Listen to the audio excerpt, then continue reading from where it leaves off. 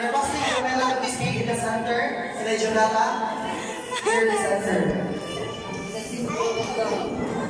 Okay, so before we end, no? Yeah, ako excited na ma-end. Kailangan mo mag-swimming pool. Alright, let us lend our ears to listen to the gratitude message.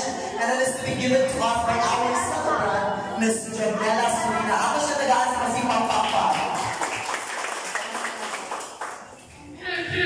Wala ko. Tatato. Everyone, thank you for coming here. Like, yung present kay appreciate lang dyan kayo na ako kay nabaani mo rin sa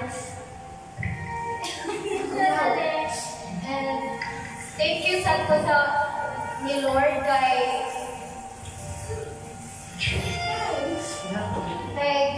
ihasa nyo na yung agawa ba para magkauban na itong pamilya ha, sila lolo, lola, mga titas and titos, thank you, and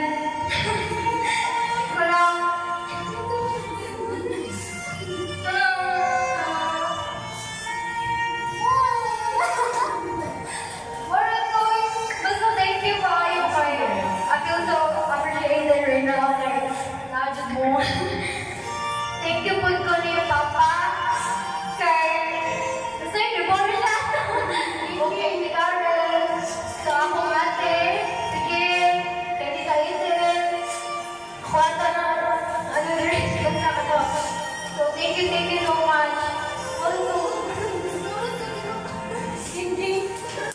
okay, ladies and gentlemen, let's give him a round of applause.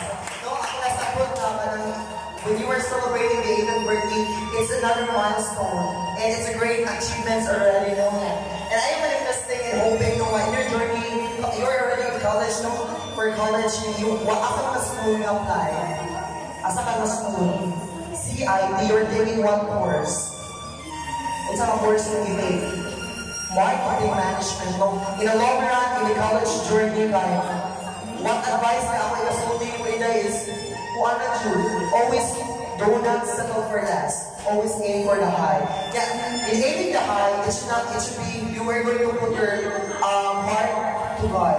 You cannot reach your dream destination, aim for a greater heights unless you put up your center every day. And remember sa college, ito ako course teacher. May teacher na, even though ibutan na natin ang best, natin tayo teacher nung apat yung close na ako. No? But it's not the measurement of how intelligent you are. What something really is, you know your capabilities, your mental fortitude, that you always do the best. And that is something that's very important. And my only message now with your 8th celebration is, keep chasing your dreams.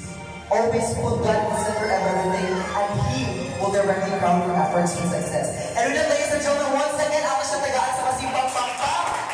And thank you so much. I would like to say thank you to Ate Hani for inviting me over and to connect for the recommendation to be hosting. Even though nasa ako na abot yung barangay, awihaw, kaya ito the expectation of this squad, but I am so honored and grateful to be here celebrating with you the 8th celebration of Mr. Jamela. Once again, I am your host, saying, enjoy your journey and enjoy the rest of the night. Daghang salamat. Okay, mag-pool na mo. Pwede na mo mag-pool.